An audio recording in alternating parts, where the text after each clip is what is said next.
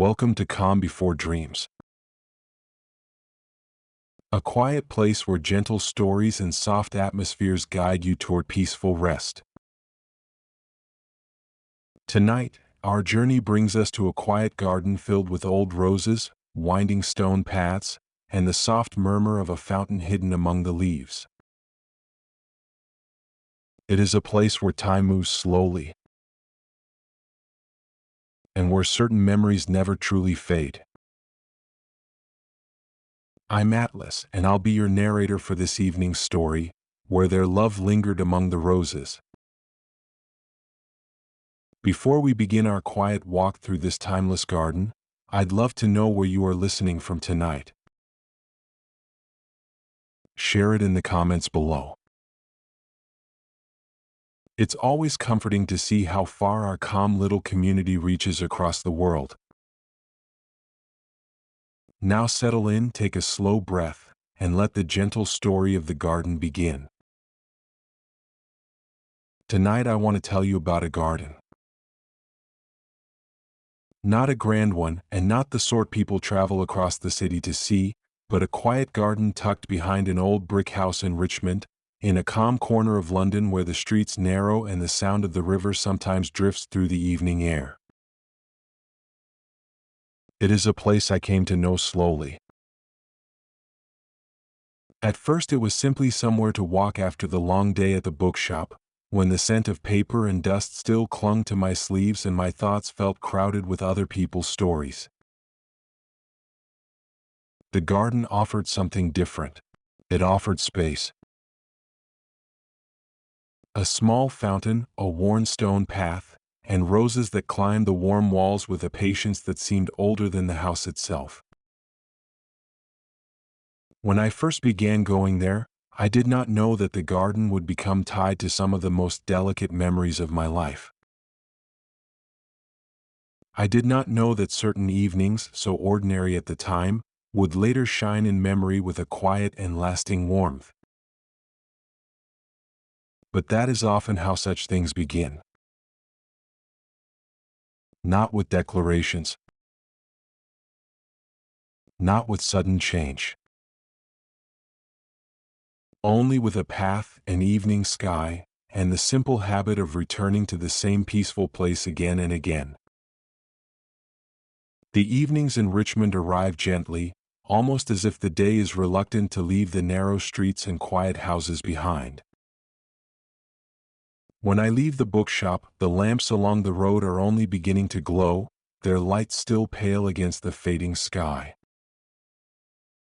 The air carries that particular softness London sometimes has after sunset, cool but not cold, touched faintly by the scent of damp stone and distant gardens. I usually walk the same route, past the iron railings of the green, past a row of brick houses whose windows reflect the last traces of gold in the sky, and along a smaller lane where the sound of the town grows quieter with every step. At the end of that lane stands the house with the garden. From the street there is very little to see. A tall brick wall runs along the pavement, darkened by many years of rain and winter frost. Ivy gathers thickly in some places, and the branches of an old chestnut tree lean over the top as though the garden itself is quietly reaching outward. The gate is narrow and made of black iron, simple but sturdy. It opens with a soft creak that always sounds louder than expected in the evening stillness. Inside, the world changes at once. The paths curve rather than running straight, their edges softened by moss and the slow settling of time. Rose bushes climb along wooden frames and lean comfortably against the warm brick walls. Some blossoms are full and open, while others are only beginning to unfold, pale petals catching the last of the light. At the center of the garden stands a small fountain. Nothing elaborate, just a round basin of worn stone where water falls in a steady, patient rhythm. I often pause there before sitting.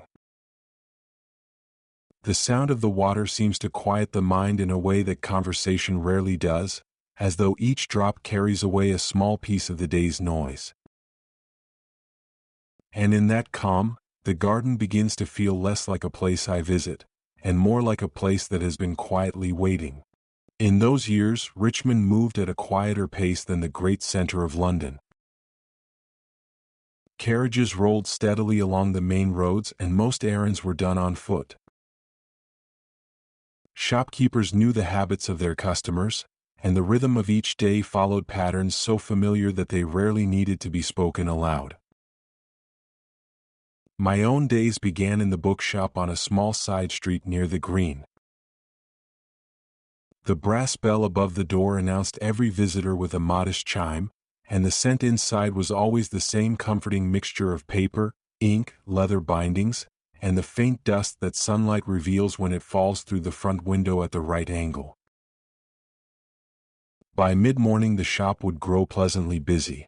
Clerks came searching for practical manuals, ladies looked through new novels, and occasionally someone arrived with the careful curiosity of a reader hoping to discover something unexpected. Mr. Finch, the owner, believed firmly that books should be treated with the same respect one gives to good conversation.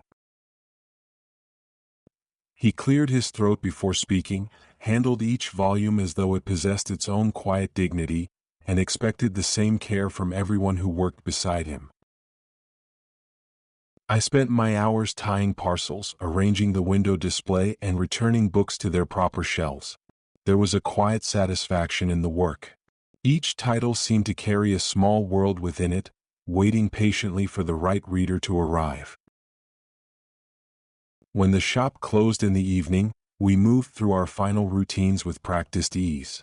The ledger was checked, the lamps trimmed, and the front steps swept clean. The key turned in the door with a soft click that always marked the gentle boundary between the duties of the day and the calm that followed. It was then that I would begin my walk toward the garden. And though I did not yet know it, those short walks would soon lead me into a chapter of life that would remain with me far longer than the passing days themselves. Life in Richmond moved through small routines that rarely changed, and there was a quiet comfort in that steadiness. Each morning the streets woke gradually. Shop shutters opened with familiar rattles, delivery carts rolled past the Green, and the smell of fresh bread sometimes drifted from the baker's doorway before the rest of the town had fully stirred. Children hurried toward their lessons, maids stepped out to shake rugs or carry water, and clerks began their journeys toward the larger offices deeper in London. In the bookshop the hours unfolded with gentle regularity. Mrs. Bell arrived every Thursday afternoon without fail. She would stand near the counter with a thoughtful expression and ask in a hopeful voice whether we had anything cheerful to recommend. Yet somehow she always left with something rather melancholy instead. Mr. Finch accepted this pattern without comment, though I sometimes suspected he arranged the shelves to guide her toward those quieter, more reflective volumes. Daniel, the errand boy, moved through the shop like a small gust of wind, forever carrying parcels or messages from nearby streets. His jacket was almost always missing one proper button, and his curiosity about the lives of others seemed as endless as his energy. Beyond the shop window the town continued its steady movement. Carriages passed, footsteps echoed along the pavement, and the bells from the nearby church marked the hours with calm authority. By evening that movement softened. Curtains were drawn in the houses along the street. Lamps glowed behind the glass.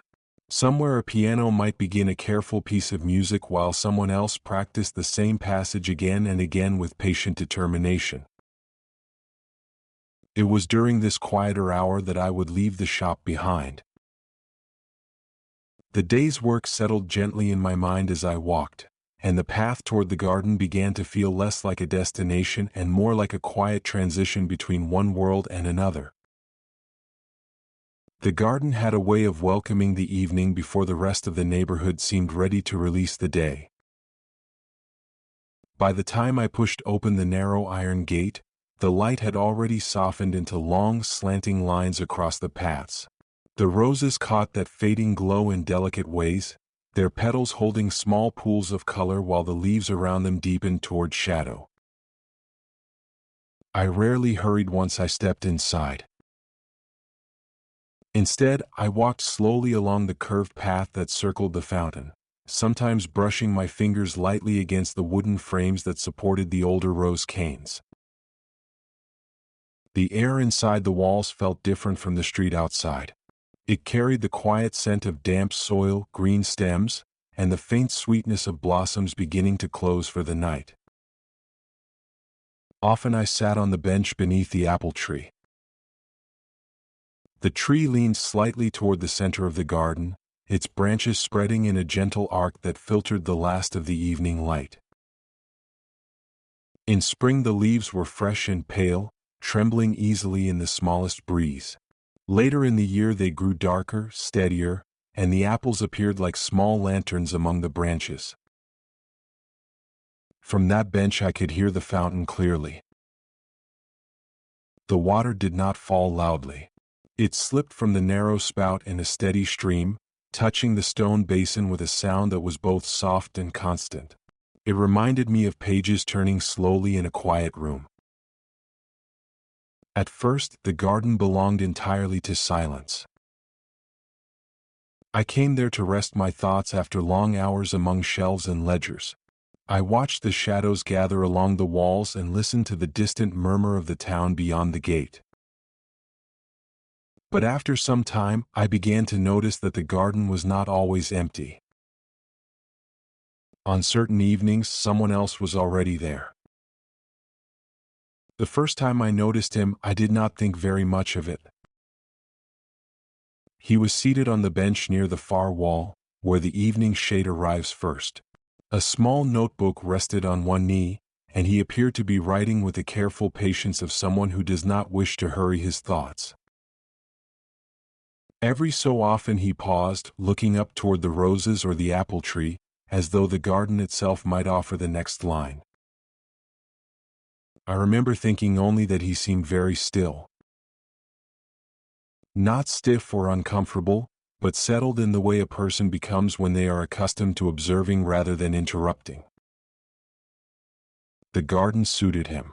Its quiet seemed to match his manner so naturally that after a few moments, he felt almost like another fixed part of the place, like the fountain or the worn curve of the paths.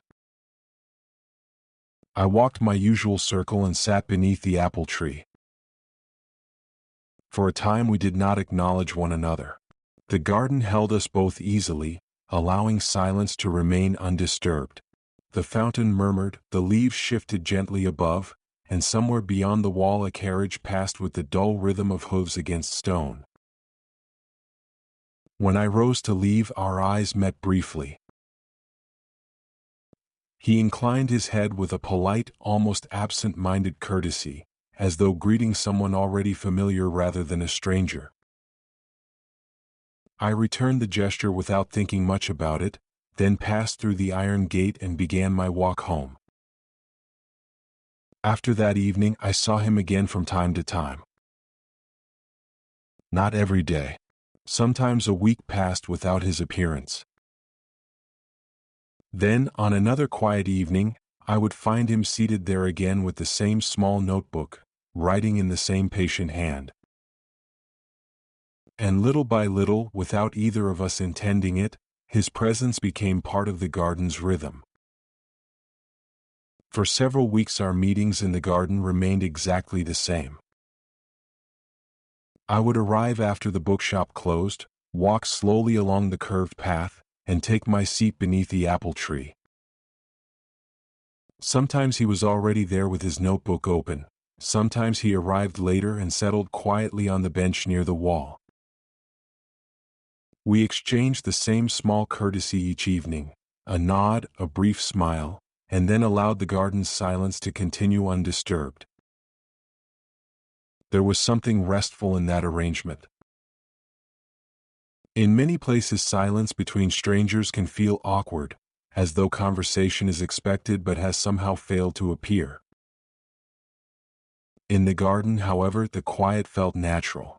The sound of the fountain, the shifting of leaves, and the distant murmur of Richmond beyond the wall seemed to provide enough company for us both.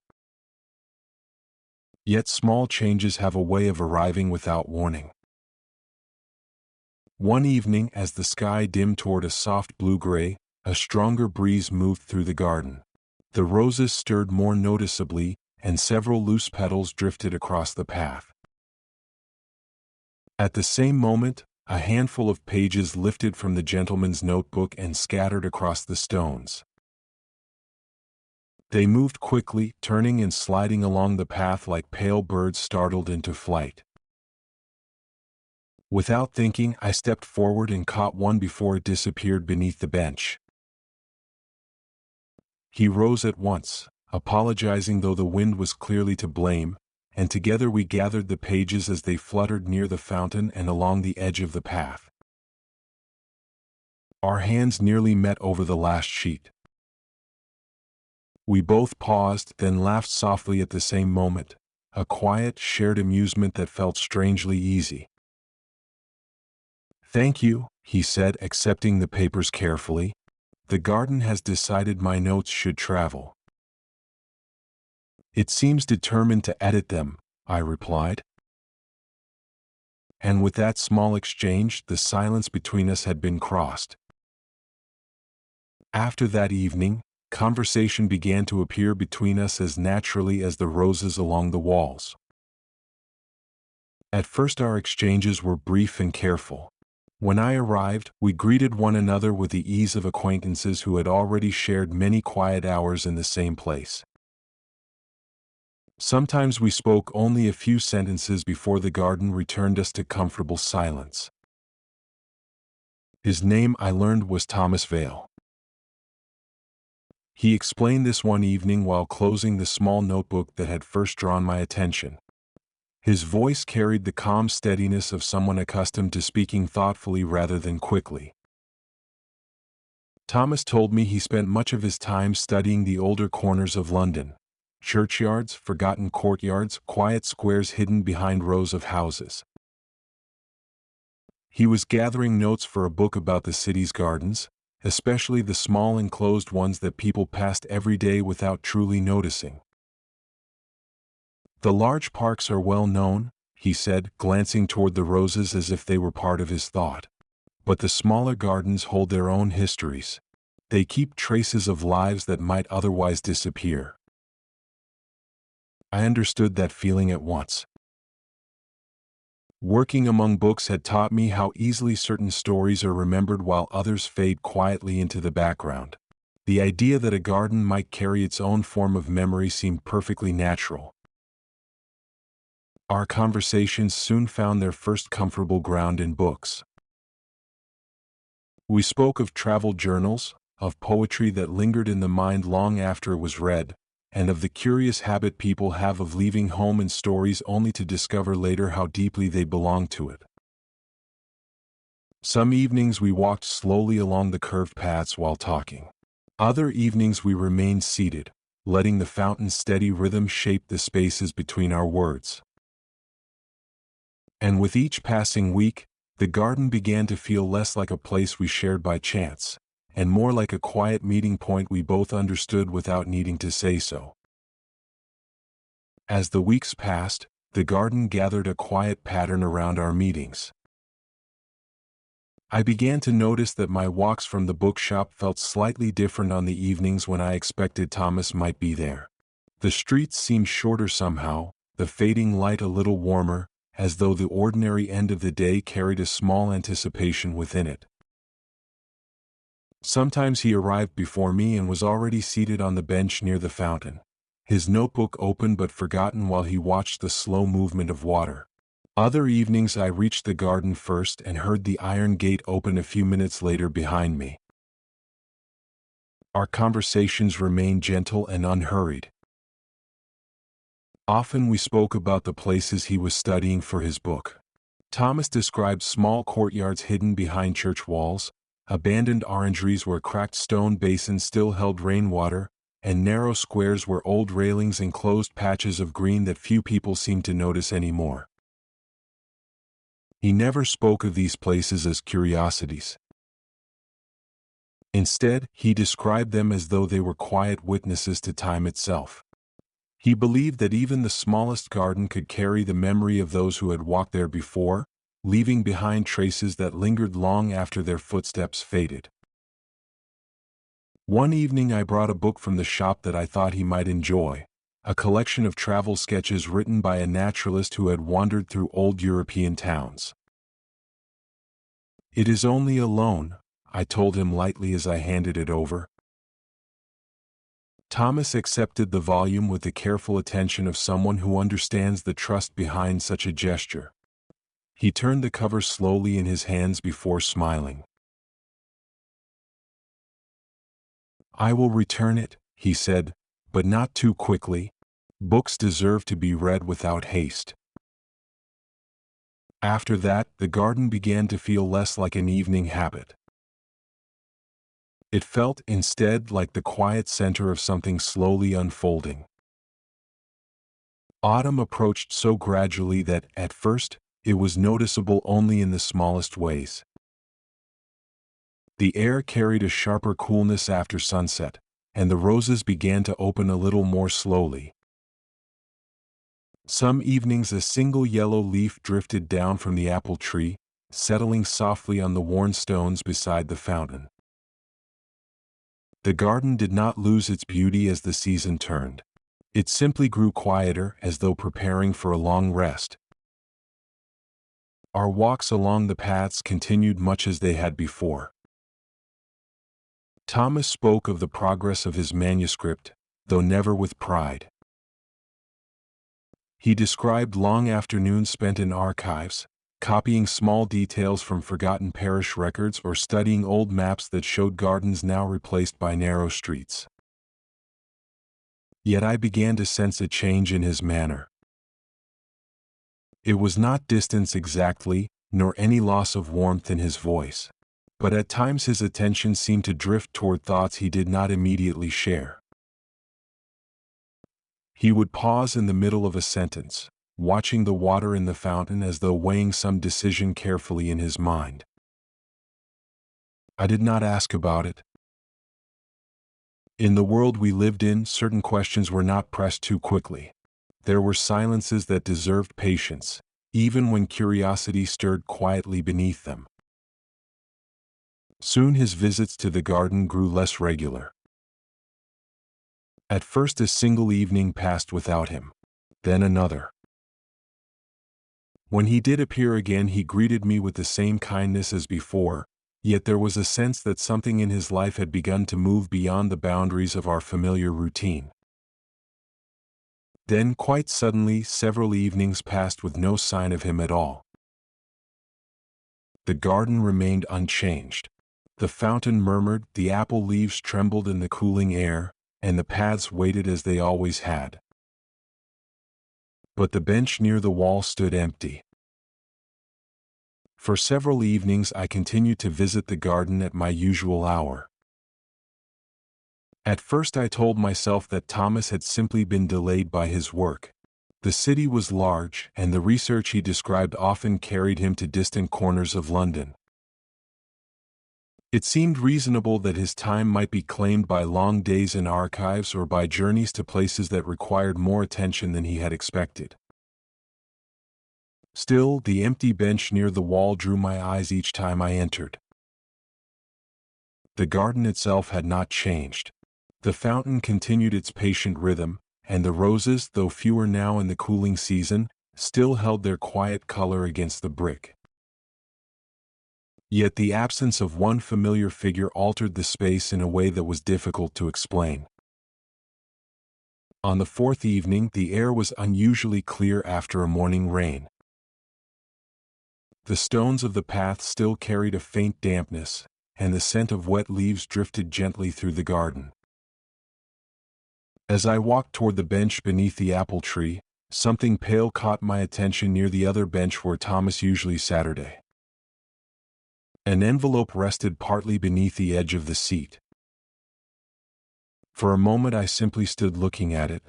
Then I stepped closer and saw my name written carefully across the front in a hand I recognized at once. I sat down before opening it. Inside was a single sheet of folded paper. Thomas wrote that an unexpected opportunity had come to him, an invitation to finish his manuscript under the support of a patron who lived in a small coastal town far to the south. The arrangement had been offered suddenly, and the decision had required him to leave Richmond sooner than he had wished. He wrote that he had not wanted to go without a word. And so he had left the letter in the one place he believed I would find it. Thank you for staying with me as we wandered through the quiet garden, where roses bloom softly and memories linger among the winding paths. If this gentle story brought you comfort, you're welcome to like and subscribe for more calm tales to accompany your evenings and guide you toward restful sleep. Sleep peacefully tonight, carry a quiet sense of tenderness with you, and let the soft fragrance of the roses drift with you into gentle dreams.